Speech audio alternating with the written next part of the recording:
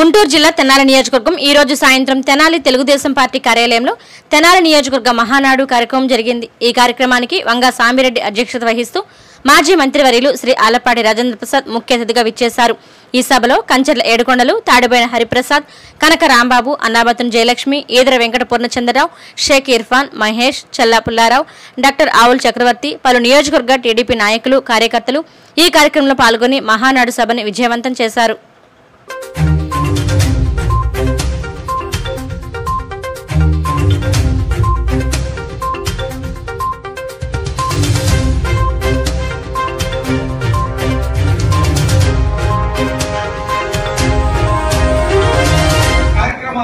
సమాయత్తం ఆ కార్యక్రమం కోసం మనమందరం ఎలా సమాయత్తం అవ్వాలనే ఆలోచనతో ఈ రోజున ఈ మీటింగ్ మనందరం కలయిక జరిగింది।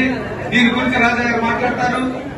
తెనాలి నియోజకవర్గం నుంచి వచ్చిన నాయకులు, కార్యకర్తలు, అభిమానులు అందరూ కూడా తెలుగుదేశం పార్టీ తరఫున మా హృదయపూర్వక నమస్కారాలు తెలియజేస్తూ ఇప్పుడు మన మాజీ మంత్రివర్యులు ఆలపాటి రాజేంద్ర ప్రసాద్ గారిని వేదికలు అలంకరించవలసిందిగా కోరుతున్నాం। రాష్ట్ర తెలుగు రైతు కార్యదర్శి వంగా సామిరెడ్డి గారిని వేదికను అలంకరించవలసిందిగా కోరుతున్నాం।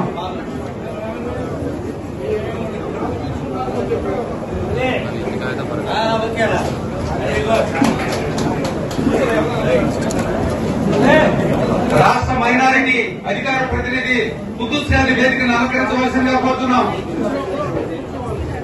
రాష్ట్ర ఎస్సీసీఎల్ అధికార ప్రతినిధి కంచెల వేడుకొండ గారిని వేదికను అలంకరించవలసిందిగా కోరుతున్నాం। రాష్ట్ర మహిళా కార్యదర్శి జాస్తి సరళ గారిని వేదికను అలంకరించవలసిందిగా కోరుతున్నాం। రాష్ట్ర ఎస్సీసీఎల్ కార్యదర్శి నలికుర్తి రమేష్ గారిని వేదికను అలంకరించవలసిందిగా కోరుతున్నాం। రాష్ట్ర వాణిజ్య విభాగ అధికార ప్రతినిధి ఈదర పూర్ణచంద్ర గారిని వేదికను అలంకరించవలసిందిగా కోరుతున్నాం।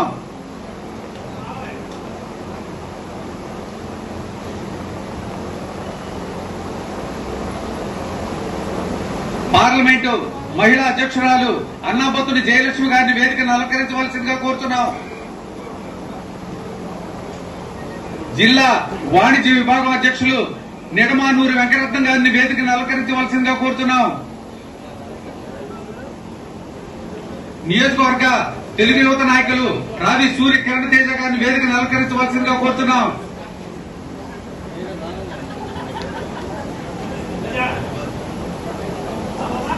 షుగర్ ఫ్యాక్టరీ మాజీ చైర్మన్ నన్నపనేని లింగారావు గారిని వేదికను అలంకరించవలసిందిగా కోరుతున్నాం। నియోజకవర్గ తెలుగు మహిళ నిమ్మకాయల రమ్మి గారిని వేదికను అలంకరించవలసిందిగా కోరుతున్నాం। నియోజకవర్గ ఎస్సీసీఎల్ అధ్యక్షులు వడ్డికల ప్రసాద్ గారిని వేదికను అలంకరించవలసిందిగా కోరుతున్నాం। నియోజకవర్గ మైనార్టీ సెల్ అధ్యక్షులు ఇర్ఫాన్ గారిని వేదికను అలంకరించవలసిందిగా కోరుతున్నాం।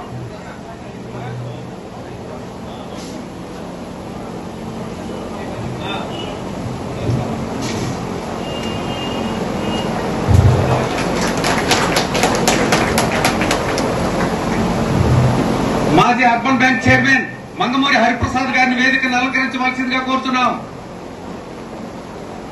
నియోజకవర్గ తెలుగుదేశం నాయకులు రావి చింది గారిని వేదికను అలంకరించవలసిందిగా కోరుతున్నాం।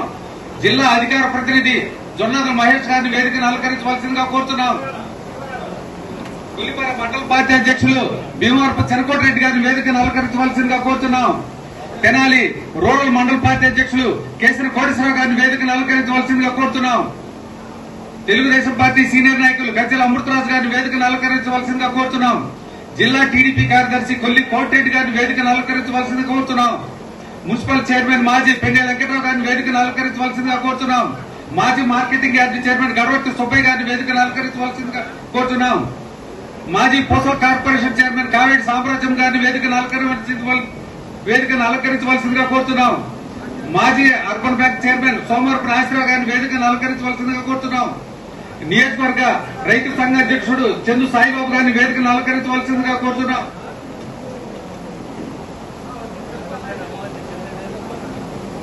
ఈదర పూర్ణచంద్ర సాయిని రైతు నాయకులు పూర్ణచంద్ర సాయి గారిని వేదికను అలంకరించవలసిందిగా కోరుతున్నాం। సీనియర్ నాయకులు తెలుగుదేశం పార్టీ తాడిపల్లి శ్రీనివాసరావు గారిని వేదికను అలంకరించవలసిందిగా కోరుతున్నాం.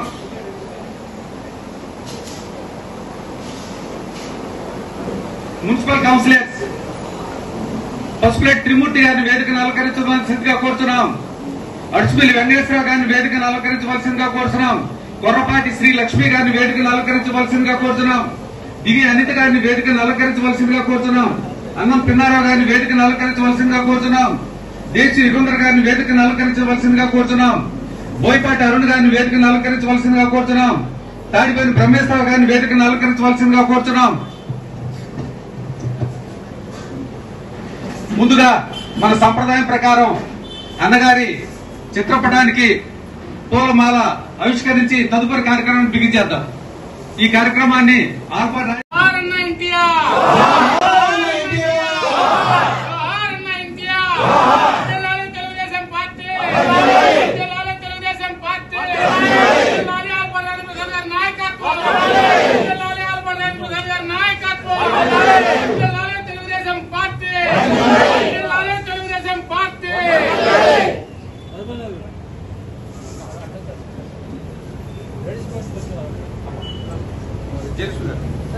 జోహార్ అన్న నందమూరి తారక రామారావు గారు, వర్ధిల్లాలి తెలుగుదేశం పార్టీ, వర్ధిల్లాలి ఆల్బర్ట్ రాజేంద్ర ప్రసాద్ గారి నాయకత్వం, వర్ధిల్లాలి తెలుగుదేశం పార్టీ.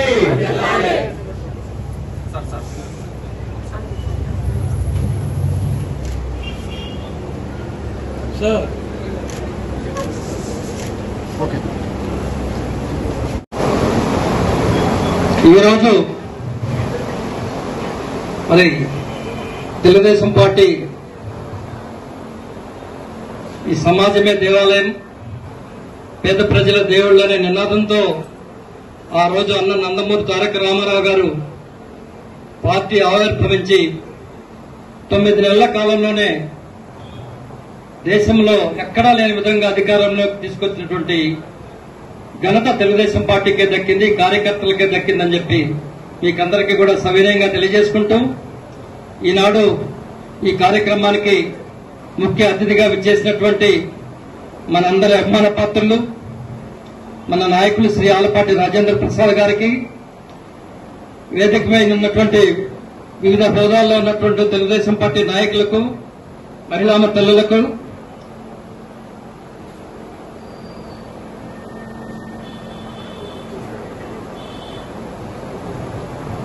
క్షమించాలి డాక్టర్ సెల్ అధ్యక్షులు ఆవుల చక్రవర్తి గారిని, మాజీ ఎంపీపీ సూర్యదేవరావు వెంకటరావు గారిని వేదిక మీదకి రావాల్సిందిగా కోరుచున్నాం. మరి ఆ విధంగా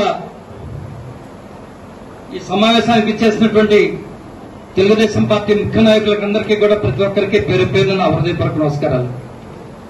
మరి రేపు ఒంగోలులో ఎంతో ప్రతిష్టాత్మకంగా జరిగినటువంటి మహానాడు కార్యక్రమానికి 27, 28 తేదీల్లో మరి మనం అందరం కూడా ఎవరైతే 27న రాజాగారు చెప్తారో డెలిగేట్స్ అందరూ కూడా రావాలి. 28న అందరం కూడా పెద్ద ఎత్తున తరలి వెళ్లాల్సిన అవసరం ఉంది. మరి 28వ తారీఖు ఉదయం మన నాయకులు మరి నందమూరి బాలకృష్ణ గారు తెనాలిలో ప్రత్యేకంగా రాజాగారు ఏర్పాటు చేసిన కార్యక్రమానికి ఆయన రావడం జరుగుతుంది. ఆ కార్యక్రమాన్ని మనం అందరం కూడా జయప్రదం చేసి ఆయనతో పాటు 28న అందరం కూడా మహానాడుకు తరలి వెళ్లడానికి మీరందరూ కూడా ముందుకు రావాలని చెప్పి మరి ప్రతి ఒక్కరిని కోరుకుంటూ చూస్తున్నాం. ఈ యొక్క రాష్ట్రంలో అధికారంలోకి వచ్చినటువంటి వైఎస్ఆర్ పార్టీ జగన్మోహన్ రెడ్డి నాయకత్వంలో ఏ రకంగా మరి పేదలు గాని ప్రజలు గాని అందరినీ కూడా నైవంచన చేసి ఆ రోజు అధికారంలోకి వచ్చినటువంటి సందర్భంలో చెప్పే మాటలేంటి, ఈ రోజు జరుగుతున్నది ఏమిటనేది ప్రజలందరూ కూడా తెలుసుకోవాల్సిన అవసరం ఉంది. ప్రజలందరూ కూడా చాలా చైతన్యంతో ఉన్నారు. ఎప్పుడు ఎన్నికలు వస్తే ఎప్పుడు ఈ యొక్క పార్టీని భూస్థాపితం చేద్దాం, వైఎస్ఆర్ పార్టీ అనేటువంటి ముఖ్య అతిథిగా చేసినటువంటి మన మాజీ మంత్రివర్యులు ఆలపాటి రాజేంద్ర ప్రసాద్ గారికి, ఇక్కడ వచ్చినటువంటి తెలుగుదేశం పార్టీ నాయకులకి, కార్యకర్తలకి అందరికీ కూడా నమస్కారం తెలియపరుస్తున్నాం.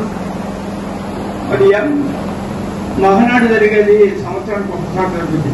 గత 2 సంవత్సరాలు జరిగినట్లేదు. మరి ఈసారి భారీ ఎత్తున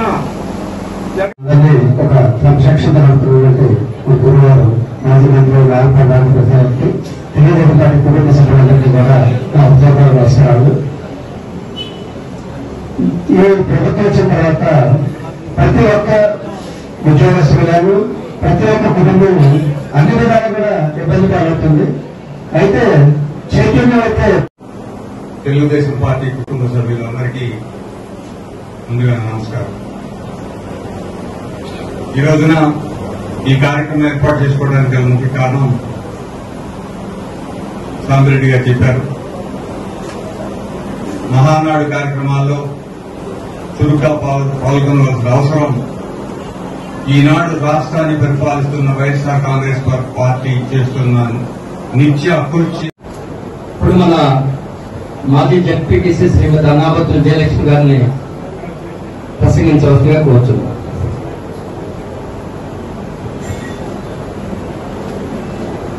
27-28 మన తెలుగుదేశం పార్టీ పండుగ, పసుపు పండుగ, మనందరి పండుగ మహానాడు కార్యక్రమం గురించి ఈ రోజు ఇక్కడ సమావేశమైన తెలుగుదేశం పార్టీ కుటుంబ సభ్యులందరికీ, పెద్దలు గౌరవనీయులు ఆలపాటి రాజేంద్ర ప్రసాద్ గారికి, వేదిక మీద ఉన్న పెద్దలందరికీ కూడా హృదయపూర్వక నమస్కారాలు తెలియజేస్తున్నానండి.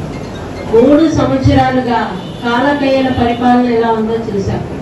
మరి 2 సంవత్సరాలు కరోనా, వీళ్ళ పాలనకి తగ్గట్టుగా కరోనా కూడా ప్రజల్ని భయభ్రాంతులు చేసింది. నిత్యావసర సరుకులన్నీ కూడా ధరలు పెరిగిపోయినాయి. పెట్రోలు, డీజిల్ ఈ మధ్య కొంచెం తగ్గి, ఇంకా మన రాష్ట్రంలోకి అది రాలేదు. ముఖ్యమంత్రి గారు దావోస్ నుంచి వచ్చిన తర్వాత ఆయన పనిపడదాం. అలాగే మరి అన్ని ఏది చూసినా మరి యువతల మీద, మహిళల మీద అత్యాచారాలు ప్యాకేజీలు ఇవ్వటం, మరి హోమ్ మినిస్టర్ స్పందించదు, మహిళా కమిషన్ అంతకన్నా స్పందించదు. ఈ 3 సంవత్సరాల్లో 800 మంది ఆడపిల్లలు అఘాయిత్యానికి గురైతే కనీసం మురుగు పనులు లేని ప్రభుత్వం జగన్మోహన్ రెడ్డి ప్రభుత్వం. మరి అలాగే రైతులకి గిట్టుబాటు ధర లేదు. రైతులకి ఈ మహానుభావులకు చంద్రబాబు నాయుడు గారు అనేవాళ్ళు వర్షం లేదు. ఈ వచ్చాకంతా అతివృష్టి, అనావృష్టి, కరోనా వృష్టి, ఇవన్నీ కూడా ఇబ్బంది పెడుతూ రైతులకి వెసులుబాటు లేక, యువతకి ఉద్యోగాలు లేక, పరిశ్రమలు లేక, ఆంధ్రప్రదేశ్ అంటే ఒకప్పుడు అమరావతి ఎంతో ఘనంగా చూసి అన్ని ప్రపంచ దేశాలు కూడా మన వైపు చూశాయి.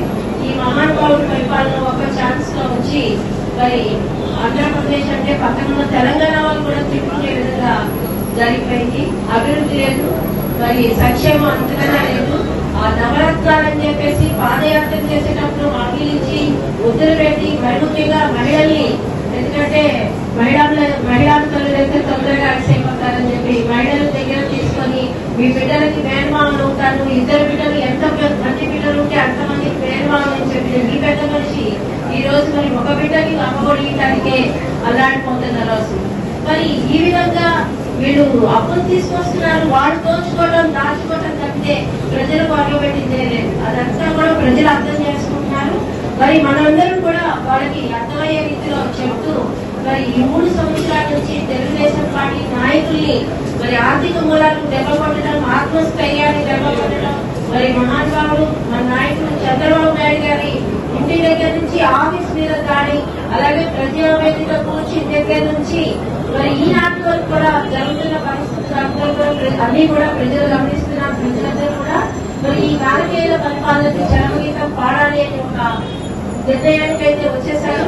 మరి ఈ 27-28 జరిగే మహానాడుకి మరి అడ్డలని, బెదర్ని, చెదర్ని కార్యకర్తలు కాదండి, సైనికులు, మనందరం కూడా సైనికులు.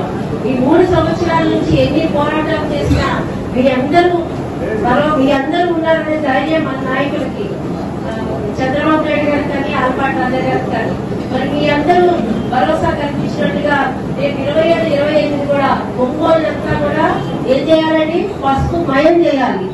అందరూ కూడా పసుపు డ్రెస్ లో రావాలి. పసుపుని చూసి కొనుక్కు పుట్టాలి. ఎవరికి? అధికార పార్టీకి. జగన్ రెడ్డి అసలే ప్యాలెస్ వదిలిపెట్టాడు. ప్యాలెస్ లో అన్ని పగిలిపోతుంటాయి. అసలు ప్యాలెస్ పగిలితేమో అన్నట్టుగా పసుపు కొనుక్కు పుట్టించాల్సిన బాధ్యత మనందరి మీద కూడా ఉంది. ఎందుకంటే ఈ 27-28 జరిగే మహానాడు మరి మనందరం కూడా ప్రతిష్టాత్మకంగా తీసుకోవాలి. ఎందుకంటే వీళ్ళ వ్యవహారం మనకు తెలిసిందే కదా. బెదిరించడం, బస్సులు ఆపటం, వెళ్లే వాళ్ళని ఆపటం, ఇవన్నీ కూడా వాళ్ళకి నిత్యకృత్యం. వాళ్ళు రోజు చేసే పనులు అందుకు భాగం కాబట్టి ఎవరు ఎన్ని చేసినా మన దాంట్లో అనుకుంటాయి. అమరావతి పాదయాత్రని అడ్డుకోవడానికి చూస్తేనే అదనకుండా బెదరకుండా పాదయాత్ర పూర్తి చేసిన మహానుభావులు.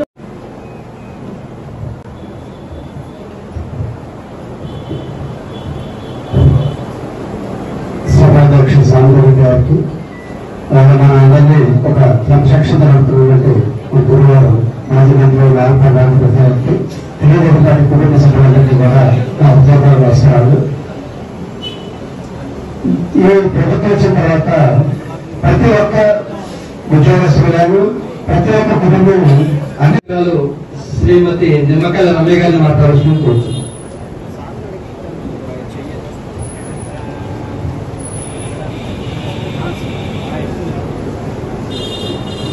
అందరికీ నమస్కారం. మరి ఈనాడు ఒక సభ పెట్టుకుంటే ఇంతమంది వచ్చారు, చాలా ఆనందంగా ఉంది. ఇదే ఊపుతో అందరూ మహానాడికి వెళ్లి అక్కడ కూడా తెనాలి నియోజకవర్గం అంటే ఏంటో నిరూపించుకోవాలి. ఈ రోజున ప్రతి ఒక్కళ్ళు సభలో కూర్చొని మన మాజీ మంత్రివర్యులు అంటున్నారు. మాజీ మంత్రివర్యులు కాదు, వచ్చే ఎలక్షన్ లో మంత్రివర్యులు అని చెప్పుకునేలాగా ఆలపాటి రాజేంద్ర ప్రసాద్ గారిని గెలిపించుకొని ప్రతి ఒక్కళ్ళు కష్టపడాలి అని చెప్పేసి మనస్ఫూర్తిగా కోరుకుంటున్నాను. నిన్న జగన్మోహన్ రెడ్డి గారు ఒక మీటింగ్ అటెండ్ అయ్యి వాళ్ళు ఏదో క్వశ్చన్ ఇంగ్లీష్ లో అడిగితే మరి చాలా లెంతీ క్వశ్చన్ అని చెప్పి మాట్లాడారు.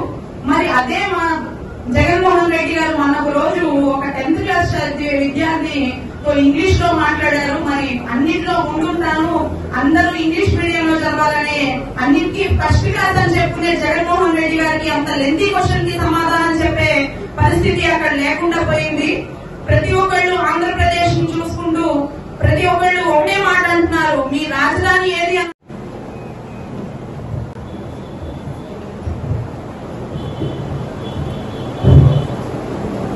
సభాధ్యక్ష సాంబరెడ్డి గారికి మన అందరినీ ఒక క్రమశిక్షణ నడుపుతున్నటువంటి గురువారు మాజీ మంత్రి ప్రధాన ప్రధానికి తెలుగుదేశం పార్టీ కుటుంబ సభ్యులందరికీ కూడా నా ఉద్యోగాలు అవసరాలు. ఈ ప్రభుత్వం వచ్చిన తర్వాత ప్రతి ఒక్క ఉద్యోగస్తులు ప్రతి ఒక్క కుటుంబం అన్ని శ్రీమతి నిమ్మకాయల రమ్య గారిని మాట్లాడాల్సిన కోరుతున్నాను.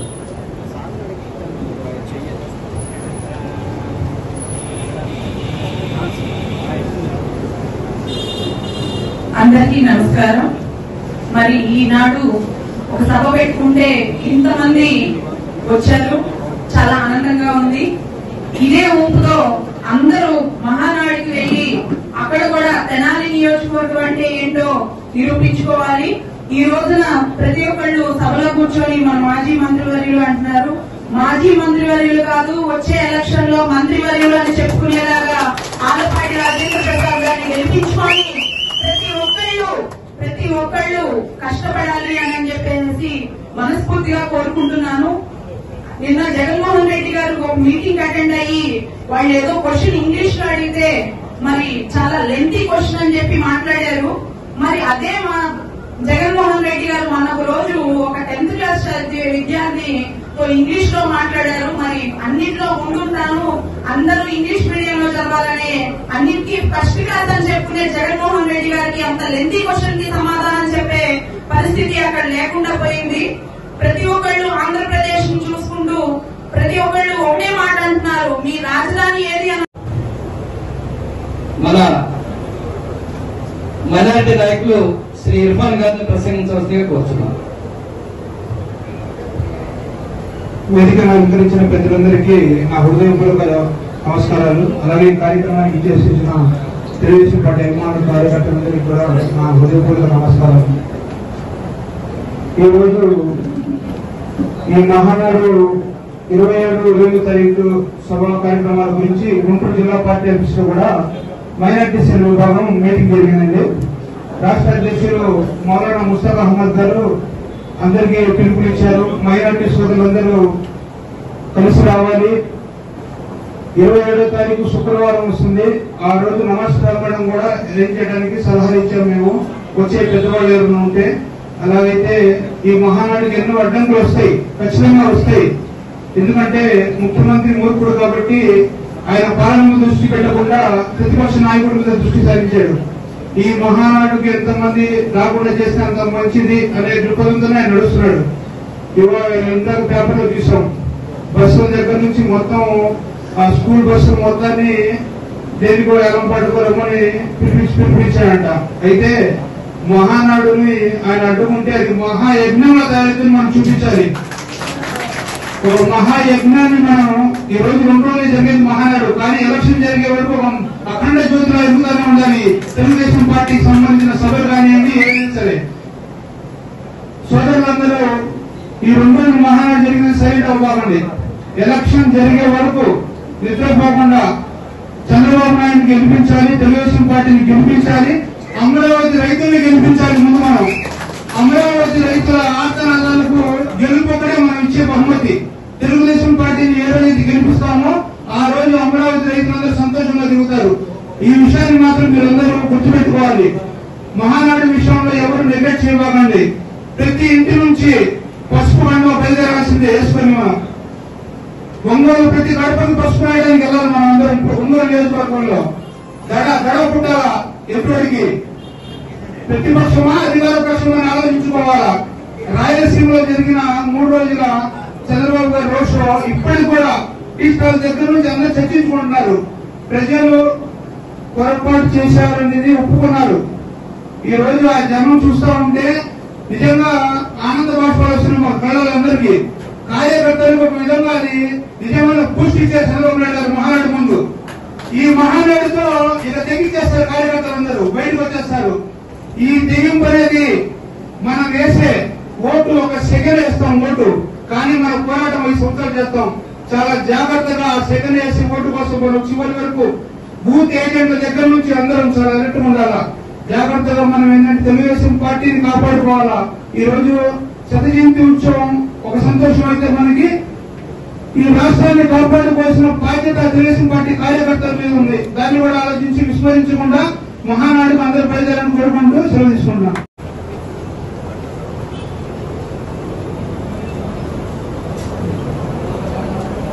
ఈరోజు మన అన్న నందమూరి తారక రామారావు విశ్వవిఖ్యాత నరసింహ కళాప్రపూర్ణ డాక్టర్ నందమూరి తారక రామారావు గారి 100వ జయంత్యోత్సవాలు సందర్భంగా మనందరం తెలుగుదేశం కుటుంబ సభ్యులు మొత్తం ఇక్కడ కలుసుకొని సమావేశం జరపడం ఆనందంగా ఉంది. ఈ సభకు అధ్యక్షత వహించిన మన అమరే గారికి, రాజేంద్ర ప్రసాద్ గారికి అందరికీ ధన్యవాదాలు తెలుపుకుంటూ ఈ సంవత్సరం అన్న 100వ జయంతి ఉత్సవాల సందర్భంగా మనందరం తెలుగుదేశం పార్టీ కార్యకర్తలందరూ అంటే కుటుంబ సభ్యులు మొత్తం బాగా ఘనంగా అన్న 100వ జయంతి ఉత్సవాలు జరుపుకోవాలని, ఇప్పుడు ఈ తెలుగుదేశం పార్టీ ఆవిర్భావం నుంచి 40 సంవత్సరాలు అయింది. అఖండ దీక్షతో ఈ 40 సంవత్సరాలు మన కుటుంబం మొత్తం బాగా కష్టపడి ఇంకా ఈ 2 సంవత్సరాలు ఈ కార్యకర్తలందరికీ నమస్కారం. ఈ రోజు ఈ కార్యకర్తలను చూస్తే మన పార్టీ ఏ స్థాయిలోకి వెళ్తుంది అనేది అర్థమవుతుంది. ఎందుకంటే ఈ దుష్ట పరిపాలనలో జనం కష్టంతో ఎప్పటి అన్ని రకాలుగా నాశనం అయిపోయి రాష్ట్రం సర్వనాశనం అయిపోయి ఈ పరిస్థితికి వచ్చిన తర్వాత కూడా ఇంకా మనం వేచి చూస్తే మనం ఎక్కడికైనా పాతాళంలోకి వెళ్ళిపోయే పరిస్థితి వచ్చింది. అయితే ఏంటంటే పార్టీ పరంగా నేను ఒక చిన్న సూచన చేయదలుచుకున్నాను. ఇప్పుడు గత 3 సంవత్సరాల నుండి ఇబ్బంది పడి ఉన్న అంచెల అమృతరాజు గారిని మాట్లాడాల్సిందిగా కోరుతున్నాను. ఈనాటి మహానాడు సన్నాహక కార్యక్రమానికి అధ్యక్షత వహించిన మాజీ market yard chairman Vanga Samireddy గారికి, ముఖ్య అతిథిగా వచ్చేసిన మన ప్రీతం నాయకుడు మాజీ మంత్రివర్యుడు శ్రీ ఆల్పాటి ప్రసాద్ గారికి, ఈ సమావేశానికి వచ్చేసిన తెలుగుదేశం పార్టీ కుటుంబ సభ్యులకి ప్రతి ఒక్కరికి ముందుగా పేరు పేరున నా హృదయపూర్వక నమస్కారం. మన రోజు అన్న మన నందమూరి తారక రామారావు గారు 40 సంవత్సరాల క్రితం మన తెలుగుదేశం పార్టీని స్థాపించినప్పుడు ఆయన 2 మాటలు ఆ రోజు చెప్పడం జరిగింది. సమాజమే దేవాలయం, ప్రజలే దేవుళ్ళు. ఆయన చెప్పిన 2 మాటలకి ప్రజలు రణోపరణాలు ఆ రోజున ఆయన వెనక నడిచి ఆలపాటి రాజేంద్ర ప్రసాద్ గారికి, సభాధ్యక్షులు వంగా సామిరెడ్డి గారికి, స్టేజీని అలంకరించిన పెద్దలకు, ఈ సభకు విచ్చేసిన తెలుగుదేశం కుటుంబ సభ్యులందరికీ నా నమస్కారాలు. రేపు 27, 28 జరిగే మహానాడిని ఒక మహాకార్యంగా భావించి అందరం పసుపు బట్టలతో పసుపుమయ మన మైనారిటీ నాయకులు ఎస్కే నాసర్ గారిని ప్రసంగించవలసిందిగా కోరుతున్నాం.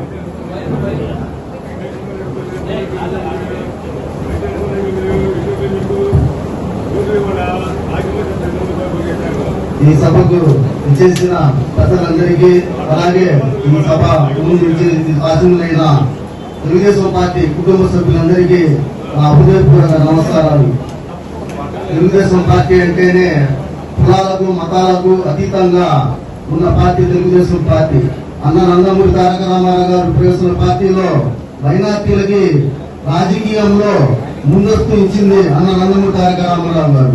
గుంటూరులో మన ఒక సామాన్యమైన కుటుంబంలో ఒక హోటల్ యాజమాన్యం నడిపిన గుడే గారికి పిలిచి ఒక ఎమ్మెల్యే స్థానాన్ని ఇచ్చి కాంగ్రెస్ పార్టీలో మంచి అఖండమైన వ్యక్తి మీద పోటీ చేపించి అతను ఓటమికి చెవి చూసి గుడే గారు అఖిలమైన మేయర్టీతో కలిసి నందమూరి తారక రామారావు గారిని పరువు నిలబెట్టిన తెలుగుదేశం పార్టీని అఖండ మేయర్టీతో గెలిపించిన నాయకుడు మన గుడే గారు.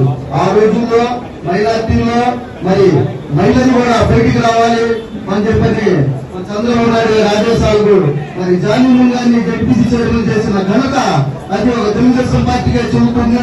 మైనార్టీలని రాజకీయ పరంగా మొదటి స్థానంలో వచ్చిన పార్టీ ఉన్నదే అది తెలుగుదేశం పార్టీ.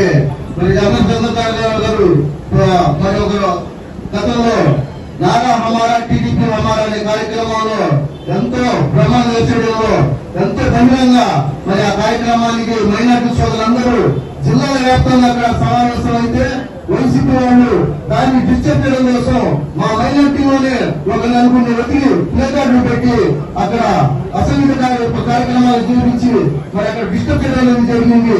అయినా కూడా మైనార్టీలందరూ తగ్గకుండా మరి ఆ బహిరంగ కార్యక్రమాన్ని ఎంతో ఆనందంగా పాల్పంచడం జరిగింది. అలానే రేపు తెనాలి నియోజకవర్గం నుంచి ఆల్పరాజక సంఘ ఆధ్వర్యంలో మనందరం నడుము బిగించి ఒంగోలులో తెనాలి నుంచి తరలి వచ్చిన జనాలుగా మన ప్రబంధంలో నిలబడి మన రాజేంద్ర ప్రసాద్ గారి పేరు నిలబెట్టాలని చెప్పని నేను సభాముఖంగా తెలియజేసుకుంటూ సెలవుకుంటున్నాను.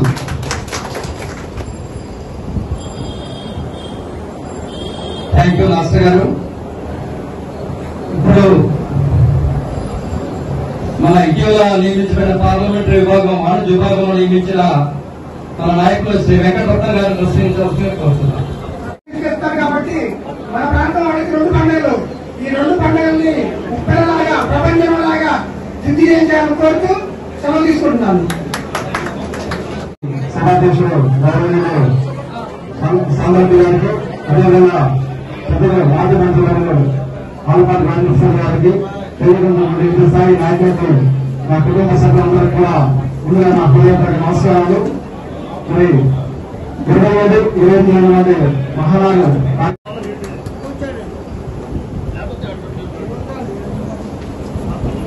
ఈనాటి సమావేశానికి అధ్యక్షత వహించిన సామిరెడ్డి గారికి,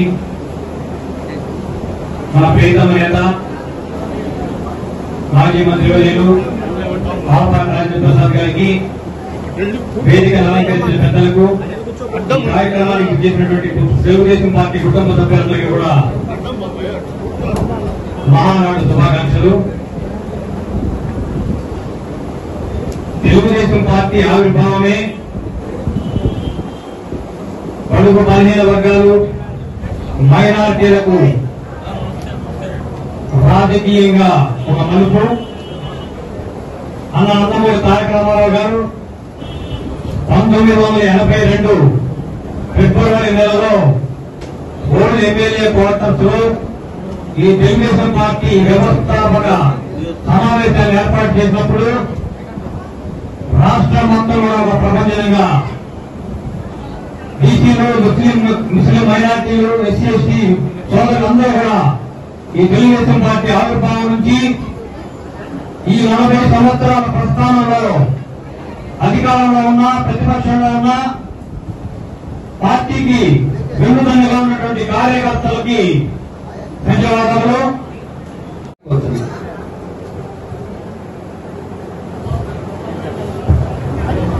సభకు నమస్కారం. ఈ రోజు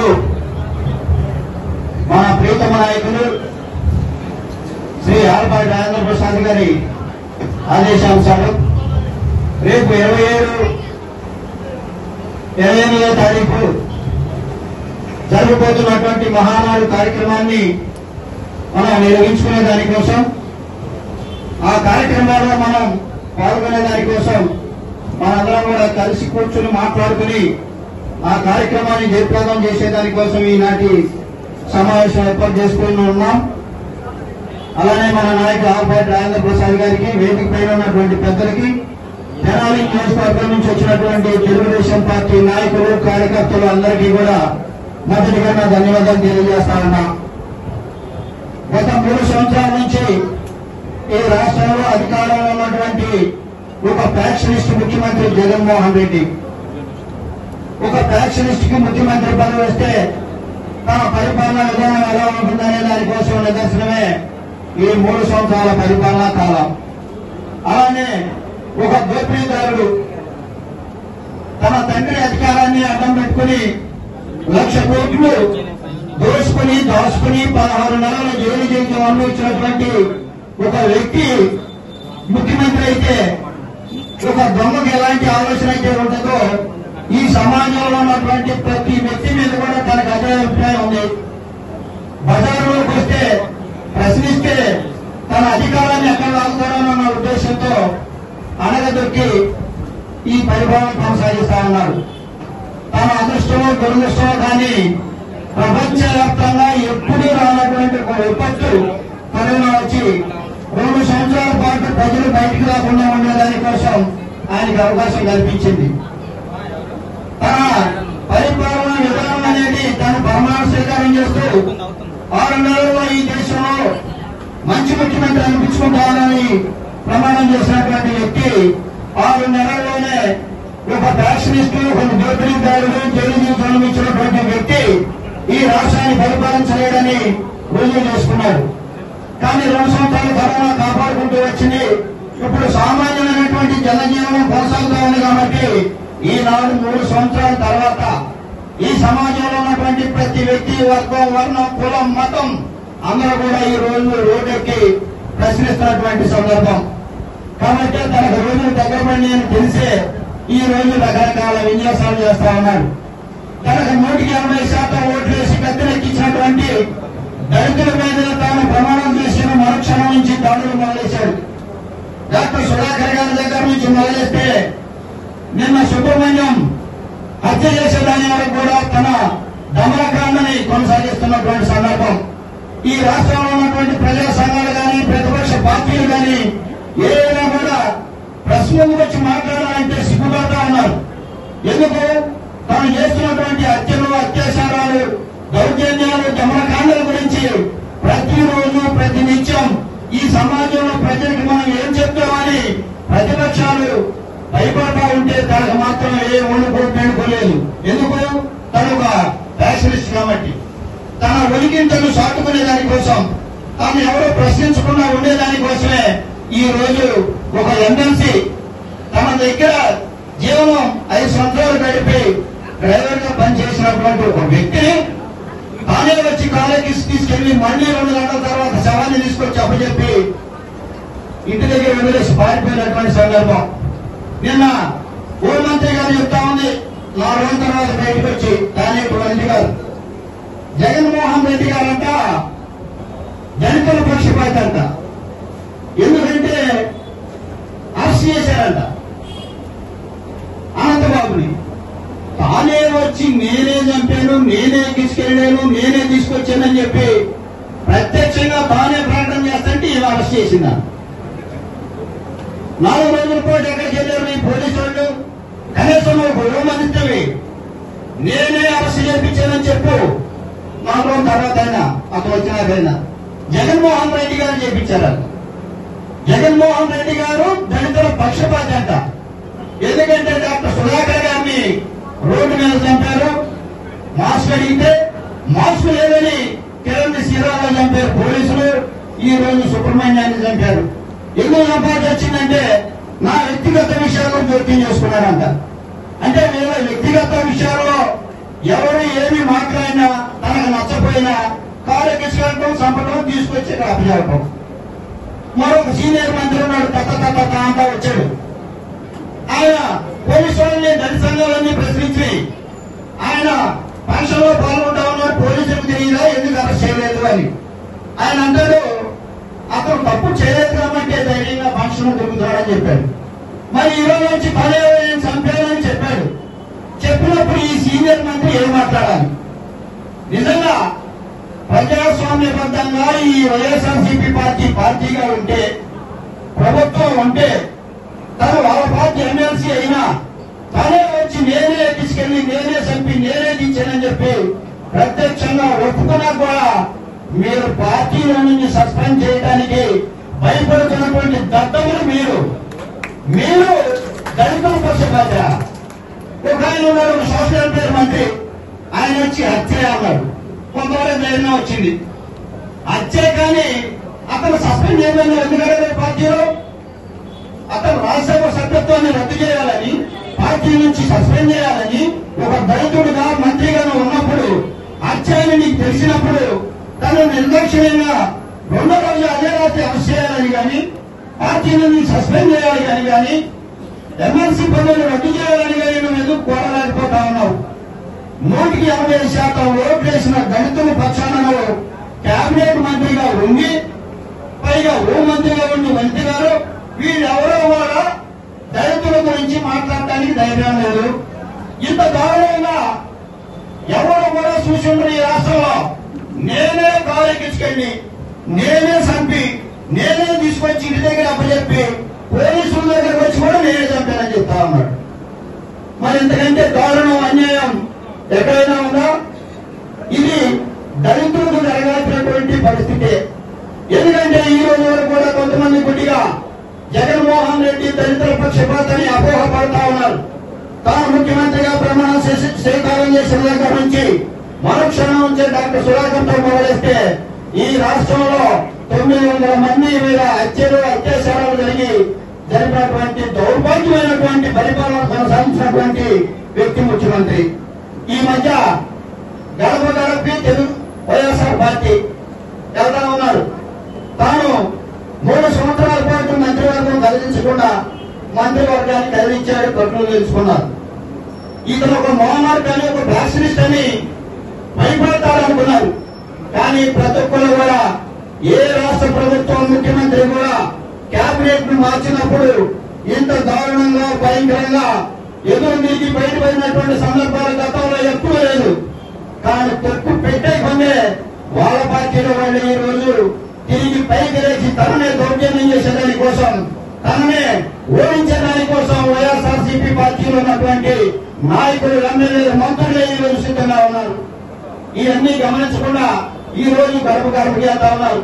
నేను మన స్థానిక నాయకులు ఆయన నేలపాడులో గడప గడపకి కార్యక్రమానికి వెళ్ళారు. నేలపాడులో ఉన్న జనాభా 1060 మంది, కానీ అక్కడ లబ్ధి పొందినటువంటి వారు 2060 మంది. అవన్నీ అంటే జనాభా కంటే కూడా వీళ్ళు ఎక్కువగా లబ్ధి ఇచ్చినట్టుగా ఒక బుక్లెట్ తయారు చేసుకుని, నీకు పెన్షన్ వచ్చిందా, పెన్షన్ ఇప్పుడు చదివేటండి 75 రూపాయలు, 25 రూపాయల నుంచి పెన్షన్ ఈ రాష్ట్రంలో స్టార్ట్ అయింది. మొట్టమొదటిగా నేను 6వ తరగతి చదువుకునేటప్పుడు 25 రూపాయల పెన్షన్ అప్లికేషన్ నేను పూర్తి చేశాను. ఆ రోజు నుంచి మొదలేసుకుంటే ఆ నాయన రాజశేఖర రెడ్డి గారు 200 ఇచ్చి పెన్షన్ ఇస్తానంటే మా నాయకుడు చంద్రబాబు నాయుడు గారు వచ్చి 1000 రూపాయలు చేశారు. 1000 రూపాయల తర్వాత 2000 రూపాయలు చేశారు. ఇప్పుడు ఆయన 500 ఇవ్వడానికి 3 సంవత్సరాలు పట్టింది. 2,500 రూపాయలు ఒక 2 సంవత్సరాలకి. ఆ తర్వాత సమాజంలో వ్యతిరేకత వస్తుంది, గొడవ వస్తుందని తెలిసి మళ్లీ 250 రూపాయలు పెంచి 500 పెంచడానికి కష్టాలు పడినటువంటి ముఖ్యమంత్రి సంక్షేమం చేస్తా ఉన్నాడంట. ఎక్కడికి వెళ్ళినా కూడా మాకు ఇళ్ల స్థలాలు రాలేదంటారు, మాకు ఇల్లు కట్టించుకోవడానికి అవకాశం లేదంటా ఉన్నారు. గతంలో ప్రభుత్వాలు కూడా ఇళ్ల స్థలాలు ఇచ్చాయి, గవర్నమెంట్ ఇల్లు కట్టించామన్నాయి. గతంలో కట్టించినటువంటి టిక్కో గృహాలే 3 సంవత్సరాల నుంచి రంగులేసి కరెంటు పెట్టి అప్పచెప్పడానికి గతిలేనటువంటి వైఎస్ఆర్సీపీ ప్రభుత్వం ఈ రోజు 30 లక్షలు ఇల్లు కట్టిస్తారంట. మీరు 30 లక్షల స్థలం నుంచి ఇల్లు కట్టిస్తే ఈ రోజు కూడా గడప గడపకి వెళ్తా ఉంటే ఈ రోజు కూడా నాకు స్థలం లేదని ఎందుకు అడుగుతా ఉన్నారు? నేలకొండలాగా జనాభా 10,000 ఉంటే 2,000 మందికి మీరు ఉపాధి కల్పిస్తే ఈ రామోదంతా ఎవరు? పక్క రాష్ట్రాల నుంచి ఏమైనా తీసుకొచ్చి ఇక్కడ జనాభాని కాపడాన్ని ఇస్తామన్నారా మీరు? మీ అందరూ కూడా కుటుంబానికి జనాభాకు మించి సంక్షేమాన్ని కలిగిస్తా ఉన్నారు కదా. అట్లాంటి పరిస్థితుల్లో సిగ్గు లేకుండా ఈ రోజు వాళ్ళు కూడా అభివృద్ధిని చెప్పడానికి సిగ్గుండా, సంక్షేమం చెప్పడానికి సిగ్గుండా. సంక్షేమం అంటే గతంలో చంద్రబాబు నాయుడు గారు ఇచ్చిన పెన్షన్ సంక్షేమం కాదా? 2,000 రూపాయలు. అలానే చంద్రన్న బీమా సంక్షేమం కాదా? ఎస్సీ ఎస్టీ సప్లా నిధులు సంక్షేమం కాదా? ఎస్సీ బీసీ మైనార్టీ కార్పొరేషన్ ద్వారా లోన్ ఇచ్చింది సంక్షేమం కాదా? ఈ 3 సంవత్సరాల పాటు ఈ రాష్ట్రంలో ఎవరికైనా కార్పొరేషన్ ద్వారా 1 రూపాయలు లోన్ ఇచ్చావా? సప్లా నిధుల ద్వారా ఎక్కడైనా 1 మీటర్ రోడ్డు వేసావా? ఇది అభివృద్ధి సంక్షేమం అని చెప్పడానికి మీకు నోరేలా వస్తుంది? మీకు సిగ్గైతేనా? ఎక్కడ అభివృద్ధి? ఎక్కడ రోడ్డు వేశారు? ఎక్కడ సంక్షేమం జరిపారు? ఎక్కడ బీసీ కులాలని 56 కులాలుగా చేశావు, 56 మంది చైర్పర్సన్స్ గా చేశావు. ఏ చైర్మన్కైనా ఒక ఆఫీస్ ఉందా? కుర్చీ ఉందా? 1 రూపాయి నిధులు ఉన్నాయా? గతంలో ఈ సమాజంలో ఏ కులంలో ఉన్నా కూడా పేదరికం ఉండకూడదన్న ఉద్దేశంతోనే బ్రాహ్మణ వైశ్య కాపు కులస్తులు కూడా ఎస్సీ బీసీ మైనార్టీలతో పాటు ఈ సమాజంలో పేదరికం లేకుండా ఉండాలి, ఈ సమాజం సమసమాజంగా నవ సమాజంగా ఉండాలన్న ఉద్దేశంతో చంద్రబాబు గారు ప్రతి కులానికి కార్పొరేషన్ పెట్టి వేలాది కోట్ల రూపాయల నిధులు కేటాయించి వారికి సబ్సిడీ లోన్ ఇచ్చి ఈ సమాజం అభివృద్ధి ఉండేదాని కోసం, ఈ సమాజంలో ఉన్న ప్రతి ఒక్కరు కూడా పేదరికంలో ఉండకుండా గౌరవమైన జీవితం గడిపేదాని కోసం అవకాశం కల్పిస్తే వీళ్ళు అది ఏమీ చేయకుండా 10,000 ఇస్తానంటాడు, స్కాలర్షిప్ మొత్తం రద్దు చేశాడు. నీకు ఫీజు రియంబర్స్మెంట్ అంటాడు, 100 మందిలో 40 మందికి వస్తా ఉంది. గతంలో విదేశీ విద్య అనేది ఉంది, 10 లక్షలు ఇచ్చి ప్రతి వాళ్ళని విదేశాలను చదువుకోవడానికి అవకాశం కల్పిస్తే 3 సంవత్సరాల పాటు అది లేదు. కానీ మన అందరం కూడా గమనించాల్సిన అవసరం ఉంది. ఈ సమాజంలో ప్రతి వ్యక్తి కూడా గమనిస్తా ఉన్నాడు. గమనించిన దానికై ఈ రోజు మనం ఈ సమావేశం జరుపుకుంటా ఉంటే ఇంత స్పందన రావడానికి ఇదే కారణం. కాబట్టి రేపటి రోజున ఎప్పుడు ఎలక్షన్ వచ్చినా తెలుగుదేశం పార్టీ తెనాలిలో మా నాయకుడు ఆలపాటి రాజేంద్ర ప్రసాద్ గారు గెలవటం ఖాయం. కానీ ఈ గెలుపులో ప్రతి ఒక్కరు కూడా మన భాగస్వామ్యం ఉందని చెప్పుకునే దానికోసం ప్రతి ఒక్కరు కూడా ముందుకొచ్చి నేను పిలిచానో, రాజా గారు పిలిచారనో, హరిప్రసాద్ గారు పిలిచారో పిలవలేదని ఒక్కరూ చెప్పకుండా ప్రతి ఒక్కరు బయటకు వచ్చి మన వంతు బాధ్యతగా ఎవరైతే పాల్గొంటారో వాళ్ళందరం కూడా ఈ వ్యాక్సినేషన్ పరిపాలనని, దోపిడీదారుని, దొంగని మళ్లీ జైలుకు పంపించే దానికోసం మనందరం కూడా ప్రతి ఒక్కరిని ముందుకొచ్చి నడిచి మా నాయకుడు ఆలపాటి రాజేంద్ర ప్రసాద్ గారిని అఖండమైన మెజార్టీతో మనం గెలిపించుకునే దానికోసం ఈ రోజు నుంచి కంకణం కట్టుకుని ప్రతి ఒక్కరు ముందుకు రావాలని పేరు పేరున కోరుకుంటూ నాకు అవకాశం ఇచ్చినటువంటి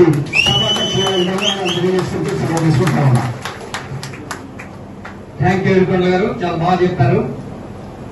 ఎందుకంటే ఆయన చెప్పినట్టుగా అబద్దాలను నిజం, నిజాలు అబద్దాలు వేయడంలో ఈ ప్రభుత్వాన్ని జగన్ ఇచ్చినటువంటి మనిషి ఈ ప్రపంచంలో కూడా ఏ రాష్ట్రంలో కూడా లేడు.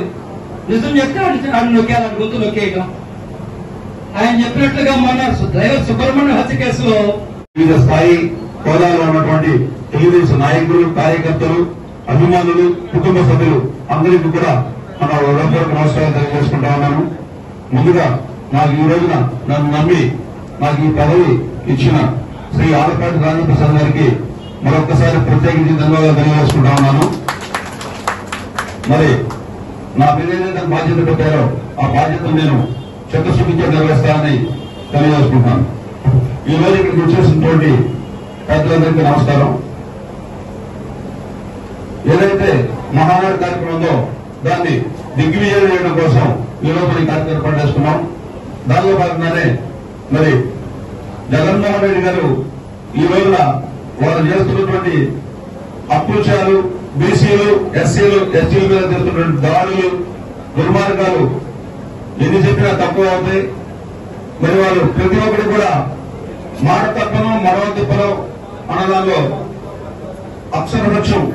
ప్రతి ఒక్కటి మాట తప్పడం మరో తిప్పడం ఏది కూడా ఆ ప్రభుత్వం రాకముందు పాదయాత్ర చేసినప్పుడు ఒక మాట, ప్రభుత్వంలోకి వచ్చిన తర్వాత మరొక మాట. ఆ రోజున పెట్రోల్ డీజిల్ రేట్లు పెంచారు, ఉప్పు పప్పు కందులు రేట్లు పెంచారు అని చెప్పి గొడవ చేసిన వ్యక్తి ఈ రోజున సెంట్రల్ గవర్నమెంట్ పెట్రోల్ మీద డీజిల్ మీద 10 రూపాయలు ట్యాక్సెస్ తగ్గిస్తే ఈయన 1 రూపాయి కూడా తగ్గి కూడా ఇది చేస్తా ఉన్నాడు. ఇలా ప్రతి ఒక్కటి కూడా ఆయన యొక్క విధానం, ఆయన పార్టీని ముందుకు నడిపిస్తున్నటువంటి మరి నిరంతరం పార్టీ కోసం శ్రమిస్తున్నటువంటి మన నాయకుడు శ్రీ ఆలపాటి రాజేంద్ర ప్రసాద్ గారిని మరి సమావేశాన్ని ఉద్దేశించి ప్రసంగించవలసిందిగా మనం చేసుకుంటున్నాం.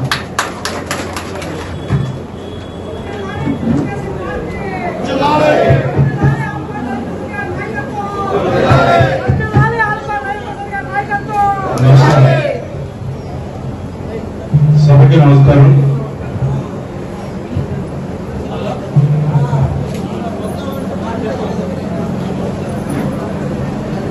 సభాధ్యక్షులు,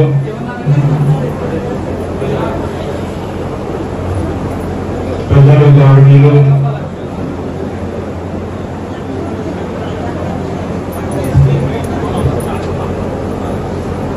సభాధ్యక్షులు, మాజీ దుగ్గరాల మార్కెటింగ్ యార్డు అధ్యక్షులు, గౌరవనీయులు శ్రీ వంగా సామిరెడ్డి గారికి, ఈనాటి కార్యక్రమానికి వచ్చేసినటువంటి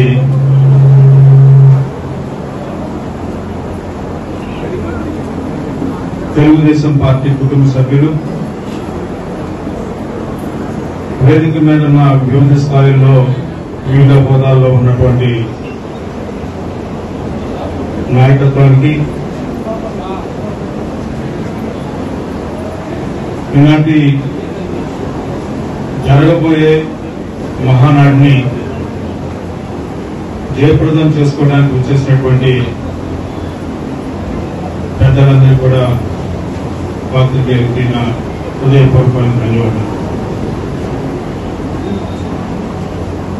చాలా సంతోషంగా ఉంది.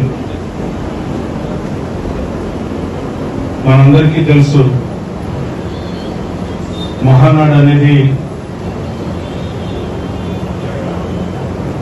మనం ఏ రకంగా అయితే పండుగలు చేసుకుంటామో ఆ పండుగలు అంటే పెద్ద ఉత్సాహంతో, ఆనందంతో ప్రతి కార్యకర్త చేసుకునేటువంటి అతిపెద్ద పండుగ మహానాడుగా మనం మాట్లాడుకుంటా ఉంటాం ప్రతి సంవత్సరం. క్రమం తప్పకుండా జరుపుకునేటువంటి కార్యక్రమం. ప్రతి మహానాడులో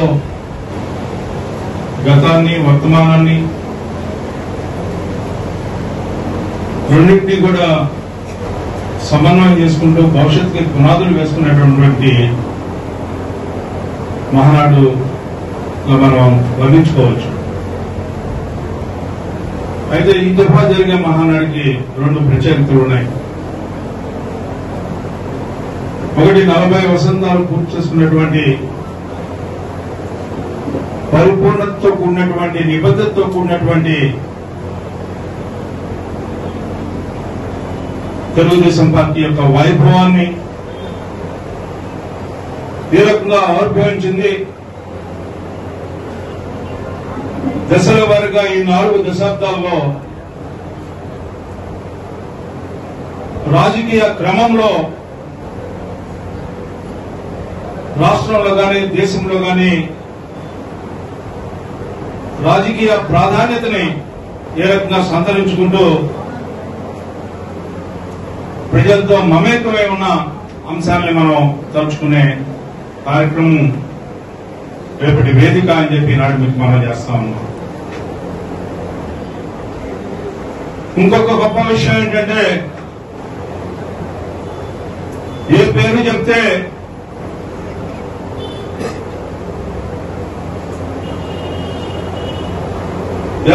తెలుగు జాతి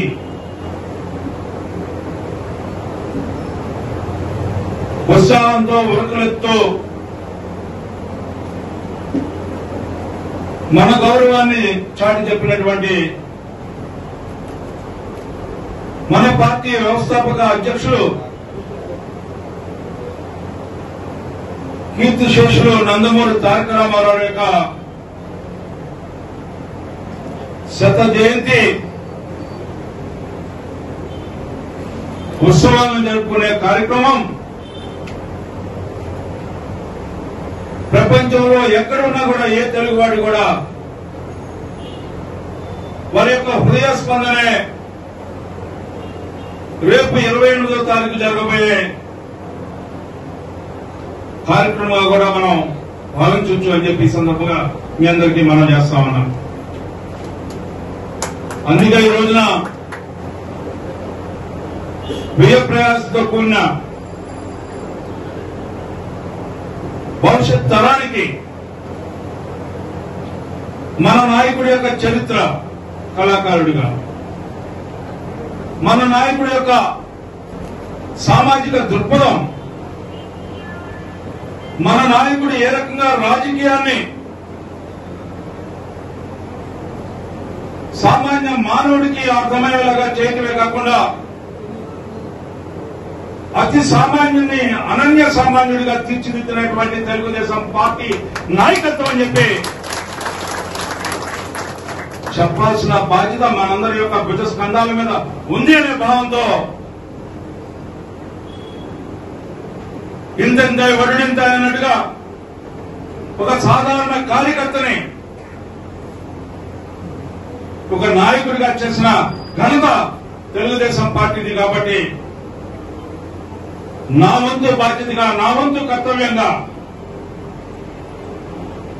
ఈ సమాజానికి తెలుగుదేశం పార్టీ వైభవం గురించి, వ్యవస్థాపక అధ్యక్షుడు నందమూరి తారక రామారావు యొక్క కీర్తి ప్రతిష్టల గురించి ఈ సమాజం ముందు ఉంచాలి. మరి ముఖ్యంగా పోరాటాల పొడిగడ్డ ఉద్యమాలకు ఊపిరినటువంటి, కళ్ళకి కానొచ్చినటువంటి ఈ తెనాలి పట్టణంలో 365 రోజులు రామనామ స్మరణం జరగాలి, నందమూరి వారి చరిత్ర తెలుసుకునేలాగా ప్రయత్నం జరగాలి అనే ఉద్దేశంతో ఈ యొక్క కార్యక్రమాన్ని రేపు 28వ తారీఖు మీ అందరి యొక్క సహాయ సహకారాలతో, మీ అందరి యొక్క ఆలోచనతో ప్రారంభించబడుతుంది.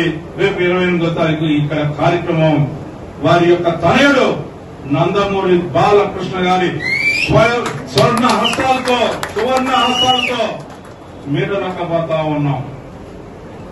ప్రజల యొక్క హృదయ స్పందనకి ప్రతీకగా మేటు నక్కబోతా ఉన్నాం. మన జగనన్న మేటు నక్కబోతల్లా బాలకృష్ణ గారి మేటు నక్కబోతా ఉన్నాడు. ఇది గమనించాలని చెప్పి మీకు మనం చేస్తాం. ఇది మనం తీసుకున్న 2 కార్యక్రమాలని చెప్పి నాడు మీకు మనం చేస్తాం. ఒకటి శత జయంతి ఉత్సవాలు రామకృష్ణ థియేటర్లో ప్రతిరోజు ఉదయం 9 గంటలకి ఉచితంగా ఆట ప్రదర్శించబడుతుంది. దాన్ని గ్రామాన మన కార్యకర్తలు ప్రచారం చేయాల్సిన అవసరం ఉంది. మౌత్ పబ్లిసిటీ ఇవ్వాల్సిన అవసరం ఉంది. బ్రహ్మాండంగా ఆ కార్యక్రమాన్ని విజయవంతం చేయాల్సిన బాధ్యత 365 రోజులు ఆ సినిమాను చూసి ఈ ప్రాంతం అంతా కూడా ఈ చుట్టుపక్కల తెనాలి డివిజన్ లో చర్చ చేసుకోవాల్సిన అవసరం ఉంది. రామారావు గారు అంటే ఇట్లా ఉన్నాడు, 15 ఏళ్ళ పిల్లాడు కూడా ఇవాళున్న హీరోలు ఎందుకు పనికిరారు మా రామారావు గారు ముందు అని చెప్పి చెప్పుకునే రోజు రావాలని చెప్పి ఇవాడు ఈ కార్యక్రమానికి నాంది పలకడం జరిగిందని చెప్పి మనం చేస్తాం.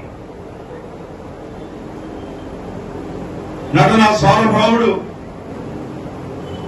కళలకి కానాచేరి పట్టణంలో కళాకారుడిగా కీర్తి ప్రతిష్టను ఆర్జించినటువంటి ఆయన చిత్ర ప్రదర్శనలకి సహాయం చేస్తా ఉంది మన ప్రాంతం. ఈనాడు the great writer Sai Madhav గారి యొక్క నేతృత్వంలో జరుగుతా ఉంది. ఇదే సందర్భంలో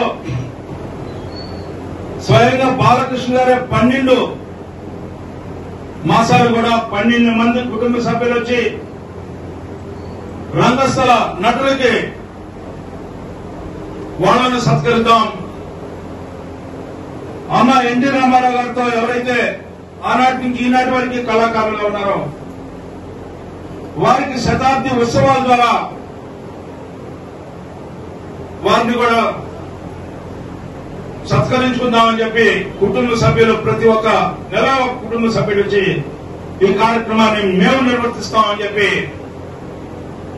వారందరూ మనకు హామీ ఇచ్చిన సందర్భంలో ఇలాంటి మంచి కార్యక్రమాన్ని మనం ఎంత వ్యయ ప్రయాసంతో కూడినా కూడా అందరి యొక్క సహాయ సహకారాలతో ఇది చేయాల్సిన బాధ్యత మన తెనాలి తెలుగుదేశం పార్టీ నాయకత్వం చేపడతారనే విశ్వాసంతో నమ్మకంతో ఎక్కడ ఎలాంటి కష్టం నష్టం ఎవరికి రాకుండా కార్యక్రమాన్ని జయప్రదం చేసే బాధ్యత మీరు తీసుకుంటారనే నమ్మకంతో ఈ కార్యక్రమానికి నాంది పలికినటువంటి సందర్భం అని చెప్పి మనం చేస్తాం.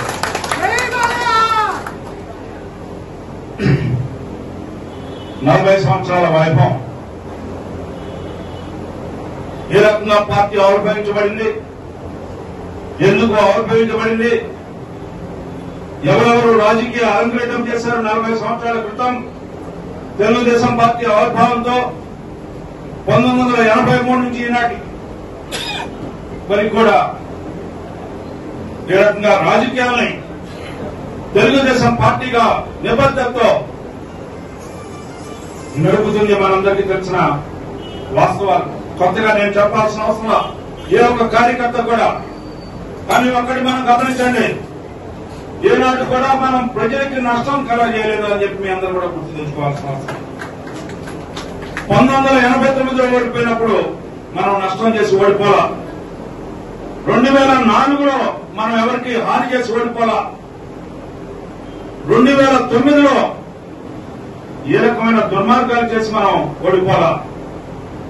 మనం అధికారంలో ఉన్నప్పుడు సమాజమే దేవాలయం, సమాజంలో ఉన్న ప్రజలే ఏ అన్నగారైతే పార్టీ ఆవిర్భావం అప్పుడు ఈ యొక్క మాట చెప్పాడు. ఆ మాటని అనుసరించి అడుగులో అడుగు వేసుకుంటూ ఆయన అడుగుదాడులో నడిచే చంద్రన్న నాయకత్వంలో ఈ 15 సంవత్సరాల నాయకత్వం ఏ రకంగా ఉందో మీ అందరూ కూడా చూశారు.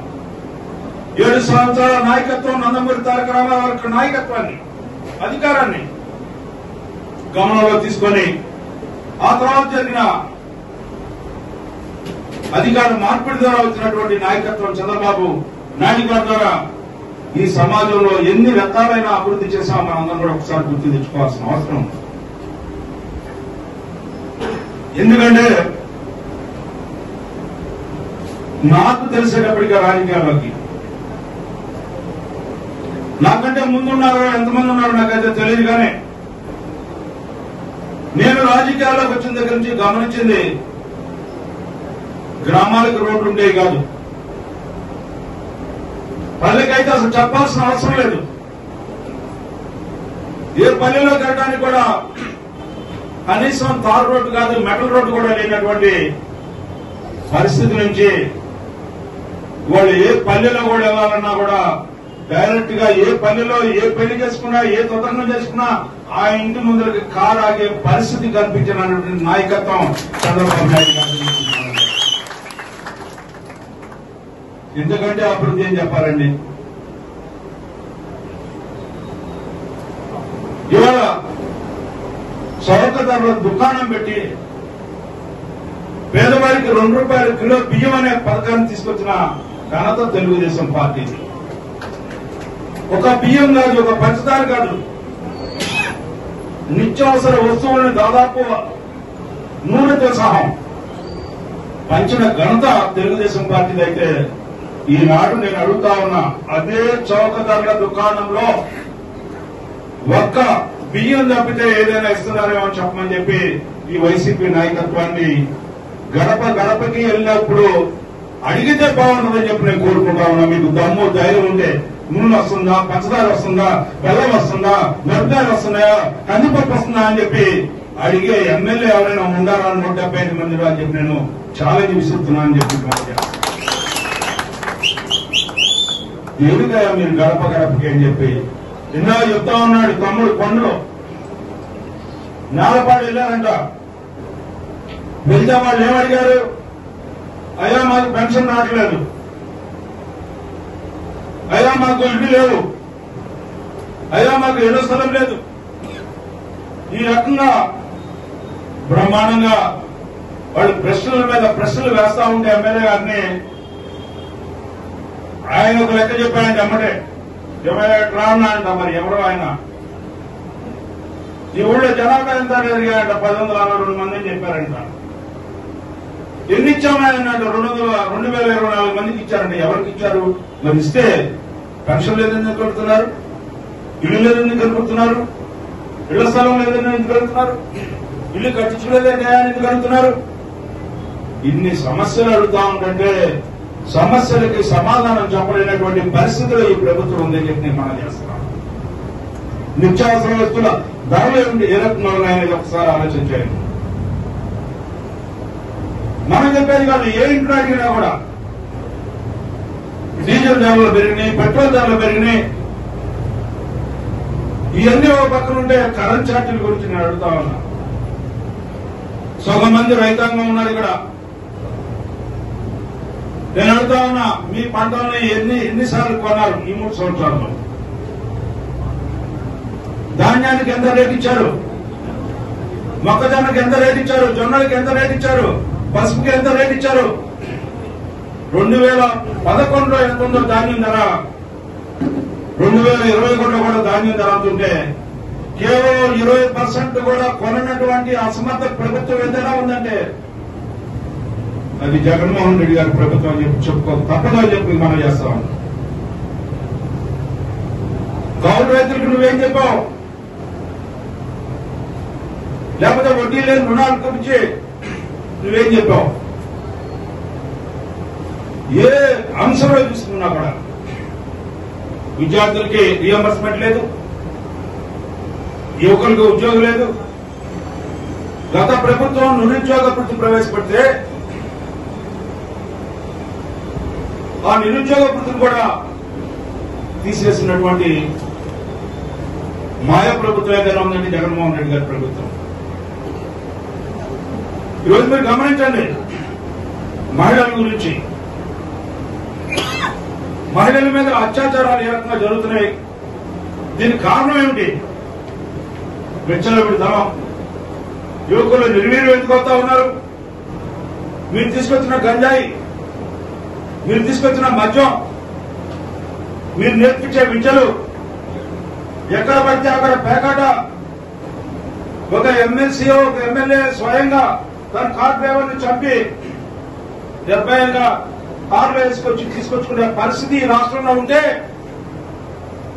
అంతేలే. ఆ రకంగా ఉండేది ఏమైతే బాబాయిని చంపినాడే ఈ ప్రభుత్వాన్ని ఏదే పరిస్థితి మనం చూస్తా ఉంటే ఇంతకంటే ఏముంటుందా అని చెప్పి నేను అడుగుతా ఉన్నా. బాబాయ్ చచ్చిపోతే ఇంతవరకు ఎవరు చంపారో కూడా చెప్పలేనటువంటి ప్రభుత్వం అంటే ఇవాళ అదేదో సామెతలాగా గేదె చేలం వేస్తే దూడ గట్టును వేసిందా అన్నట్టుగా యథారాజా తదా ప్రజలాగా మీ నాయకత్వం అంతా కూడా గల్లీ నుంచి రాష్ట్రం వరకు కూడా అదే రకమైన నాయకత్వం. ఒక పక్కన ఇసుక దోపిడీ, మద్యం మాఫియా, గంజాయి, గుట్కా, పేకాడు గృహాలు, క్యాసినో గృహాలు, శాంతి భద్రతలు కరువైన పోయినటువంటి రాష్ట్రం. ఎక్కడైనా కనీసం భూతత్వం వేసి చూద్దామన్నా కూడా శాంతి భద్రతలు లేనటువంటి రాష్ట్రం ఏదైనా ఉందంటే ఈ భారతదేశం మొత్తం రాష్ట్రంలో ఈ చిన్న రాష్ట్రమైనటువంటి ఆంధ్ర రాష్ట్రం అని చెప్పి చెప్పొచ్చు అని చెప్పి నేను మనం చేస్తాను. ఏ వ్యవస్థని కూడా సరిగ్గా నడపట్లా. ఉద్యోగస్తులు ఈ రోజున ఇంత పెద్ద ఎత్తున నిరసన జరిపినటువంటి పరిస్థితి ఎప్పుడైనా చూసామని చెప్పి నేను అడుగుతా ఉన్నా. 10 లక్షల మంది ఉద్యోగస్తులు రోడ్డు మీదకి వచ్చినటువంటి పరిస్థితి. ఇవాళ బీసీలను విడగొట్టడానికి ప్రయత్నిస్తా ఉన్నాడు. ఏం చెప్తా ఉన్నాడు? రాజ్యసభకి 9 సీట్లుంటే 4 సీట్లు ఇచ్చిన ఘనత ఈ పార్టీదంట, వైసీపీ పార్టీదంట. నాకు అర్థం కాదు ఏంటంటే 56 కార్పొరేషన్లు ఇచ్చావు. 56 కార్పొరేషన్ చైర్మన్ కి కుర్చీలు ఏర్పాటు చేశామని చెప్పి నేను అడుగుతున్నా జగన్మోహన్ రెడ్డి గారు. ఆ కార్పొరేషన్ కి కనీసం నిధులు కేటాయించామని చెప్పి నేను అడుగుతా ఉన్నా. ఎస్సీ ఎస్టీ రాజ్యాంగబద్ధంగా వచ్చినటువంటి నిధులు కూడా ఈ రోజు నువ్వు ఖర్చు పెట్టలేనటువంటి పరిస్థితి, దాన్ని పక్కదో మళ్లించడం అనే పరిస్థితి ఇవాళ ఏ కాగ్ అయితే అంటే కాగ్ అనే సంస్థ మనం ఏదైనా ₹1 ఖర్చు పెడితే అది చట్టబద్ధంగా ఖర్చు పెట్టిందా లేదా అని చెప్పి పర్యవేక్షణ చేసేటటువంటి సంస్థ. ఆ సంస్థ ఏం చెప్తా ఉంది అంటే ఈ రోజున నువ్వు ఏ ప్రజల కోసం అయితే, ఏ ప్రజల విశ్వాసంతో అయితే గెలిచావో, ఏ ప్రజల యొక్క ధనం ఉందో, ఏ ప్రజల యొక్క ధనాన్ని నువ్వు ప్రజలకు ఖర్చు పెట్టాల్సిన విధానం ఉందో దానికి పూర్తిగా విరుద్ధంగా లెక్కలు లేకుండా 1,24,000 కోట్ల రూపాయల్ని కాజేసినటువంటి దొంగ ప్రభుత్వం ఈ జగన్మోహన్ రెడ్డి గారి ప్రభుత్వం అని చెప్తున్నాం.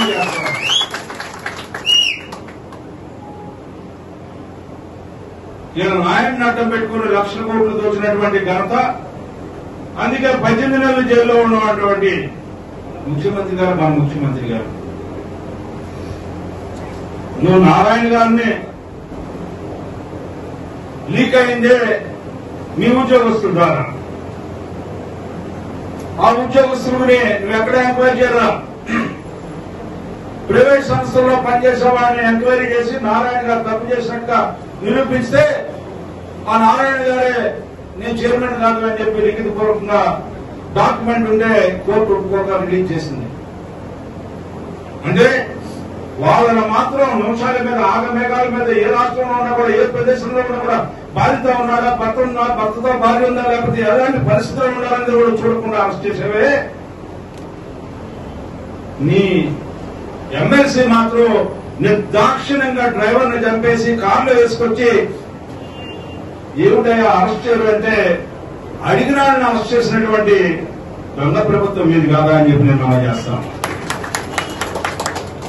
ఎందుకంటే దుర్మార్గం అవుతుందా అని చెప్పి నేను అడుగుతాను. వాళ్ళకు కూడా భయం లేదు.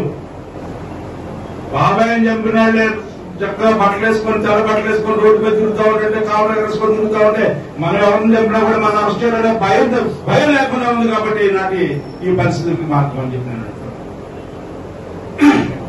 ఈ రకంగా ఈ రోజున ప్రభుత్వాలు ఉన్నాయని చెప్పి చెప్పడానికి నా ప్రయత్నం. ఏ వర్గం కూడా నీ నానేది కాదు, ఎస్సీలు కానీ, బీసీలు కానీ, లేకపోతే ఓసీలు కానీ, ఏ వర్గం కూడా ఏ యొక్క చేతివృత్తి పనులు కానీ ఇవాళ ఇసుక లేక చచ్చిపోయిన మొట్టమొదటి ప్రభుత్వం ఇసుక లేక, పన్నులు లేక, ఇసుక దొరక, పన్నులు లేక కార్మికులు ఎవరైతే భవన నిర్మాణ కార్మికులు చనిపోయినటువంటి ఘనత ఈ రాష్ట్రానికే దక్కిందని చెప్పి మనం చేస్తాం. ఇప్పుడు చెప్పుకుంటూ పోతే ఇది ఒక భారతం. ఈ ఆంధ్ర రాష్ట్రంలో ఈ 3 సంవత్సరాల్లో జరిగిన అరాచకాలు, అన్యాయాలు, అవినీతి, ఆగడాలు, గల్లీ నుంచి రాష్ట్ర రాజధాని అంటే చెప్పుకోలేనటువంటి పరిస్థితి 8 ఏళ్ల తర్వాత కూడా ఈ రాష్ట్రంలో ఉంది అంటే ఎంత దుర్మార్గం అండి అని చెప్పి నేను అడుగుతా ఉన్నాను. 3 రాజధానుల పేరుతో ఈ రోజున 3 ప్రాంతాల మధ్య చిచ్చు పెట్టడానికి ప్రయత్నించే రాజకీయ లబ్ధి అని చెప్పి మనం చేస్తా ఉన్నాం. ప్రజలకు న్యాయం చేయడం కాదు, ప్రజలకు న్యాయం చేయడం కాదు, ఈనాడు రాజకీయ లబ్ధి పొందడానికి, రాజకీయంగా మళ్లీ అధికారంలో రావడానికి ప్రయత్నించే ప్రయోగాలు తప్పితే ప్రజలకి న్యాయం చేసే ప్రయోగం ఎక్కడైనా చేశారా ఈ 3 సంవత్సరాల నుంచి అనేది మనందరం కూడా గమనించాలి. అందుకే ఈ రోజు నేను అనేది ఇది కార్యకర్తలు కానీ, నాయకత్వాన్ని నేను కోరేది ఒకటే, ఇవాళ మారారు అనేది కాదు, మార్చుకోవాలి. ప్రజల కోసం మనం మారాలి. ప్రజలకి సేవ చేయడానికి ఈ పార్టీ వచ్చింది. అది రేపు జరగబోయే ఒంగోలులో జరగబోయే సభ అని చెప్పి మీ అందరికీ నేను మనం చేస్తా ఉన్నా. ఎంతమందిని ఏ రకంగా అన్యాయంగా అరెస్ట్ చేశారో మీ అందరికీ తెలుసు. నేను కొత్తగా పేరు చెప్పాల్సిన అవసరం. ఎందుకు అరెస్ట్ చేశారో మీకు తెలుసు. వాళ్ళ అరాచకాలని ఇష్టారాజ్యంగా ఈ రాష్ట్రంలో నడవచ్చు అనే ఉద్దేశంతో నువ్వు బ్యానర్ కడితే పొద్దున తీసేస్తాడు. వాళ్ళు బ్యానర్ కట్టుకుంటే ఎన్ని రోజులైనా ఉంచుకోవచ్చు. వాళ్ళకి శాసనం రాసిచ్చారు.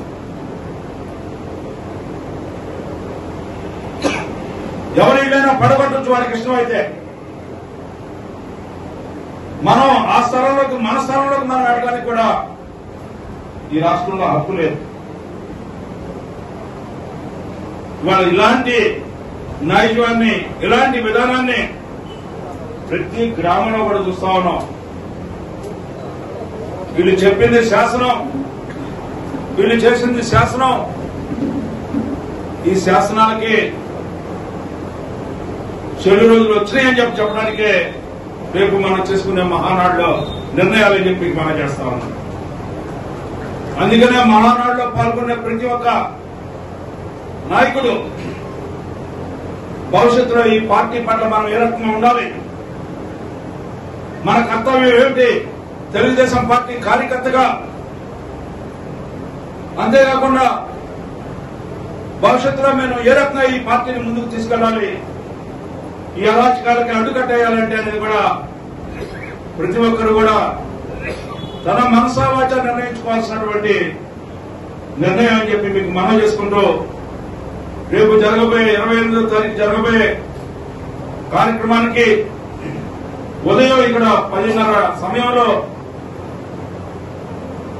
మన బాలకృష్ణ గారు వచ్చి ఆ కార్యక్రమాన్ని ప్రారంభించి కాసేపు సినిమా చూసి వారు వెళ్తారు. ఆ తర్వాత మార్కెట్ సెంటర్ లో కాట్రగడ్డ సుధాకర్ గారు వారి తల్లిదండ్రుల పేరుతో 500 మందికి భోజనాలు అక్కడ ఏర్పాటు చేస్తా ఉన్నారు. ఆ కార్యక్రమానికి పూర్తి చేసుకున్న తర్వాత మనం 12 గంటలకి గ్రామాన ఇప్పుడు మీటింగ్ అయిన తర్వాత మా గ్రామం నుంచి ఇంతమంది వస్తాం, మీరు ఎట్లా వస్తారు, ఏ రకంగా వస్తారు, లేదు మీకు వెసులుబాటు కలగజేయాలంటే, మీకు రవాణా సౌకర్యం కలగజేయాలంటే మీరు ఏర్పాటు ఏ రకంగా చేసుకుంటారు, లేకపోతే ఏ రకంగా చేయాలి పార్టీ అనేది పార్టీ పెద్దలందరితో కూడా మాట్లాడుకుని మన నియోజకవర్గం నుంచి కనీసం 1000 మంది 28వ తారీఖు జరగబోయే బహిరంగ సభకి హాజరవుతారని, ఆ హాజరయ్యే విధానం కూడా మీ అంతటికి మీరు నేను లోన ఉంటాను.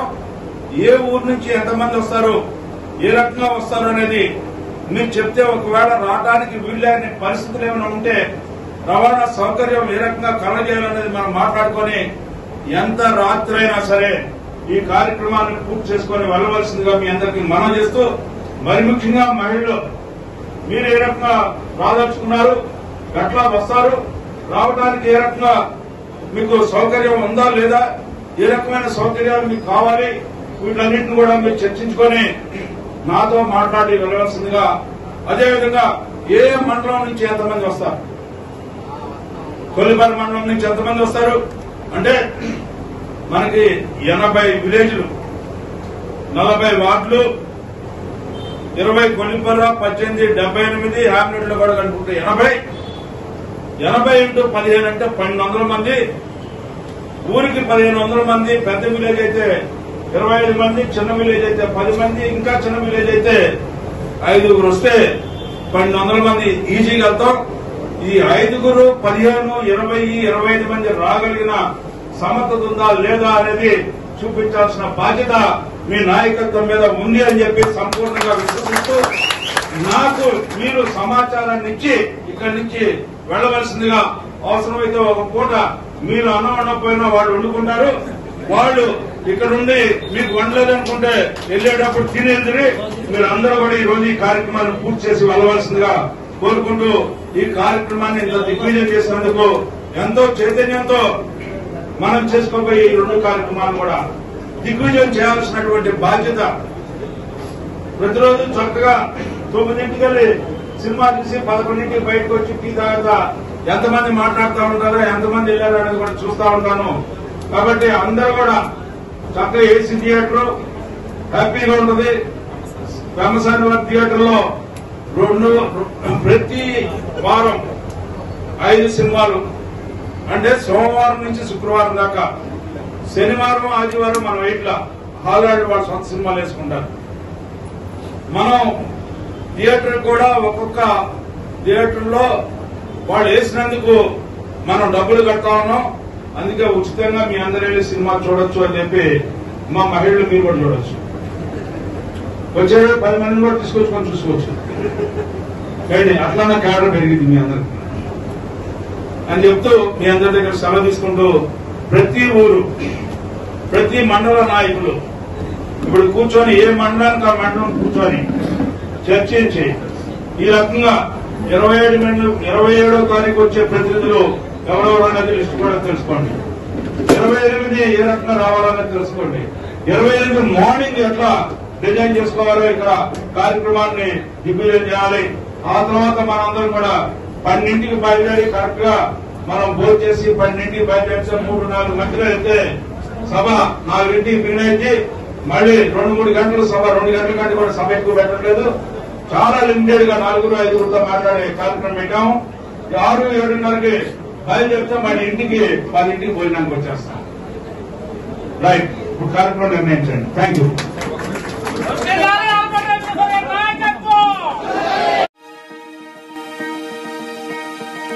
తెనాలి పట్టణంలోని గత 12 సంవత్సరాల నుండి అందరి ఆదరాభిమానాలు పొందిన SB technologies computers, laptops sales and service.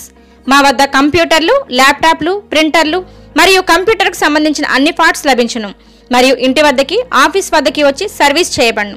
సంప్రదించవలసిన ఫోన్ నెంబర్ 9849862662.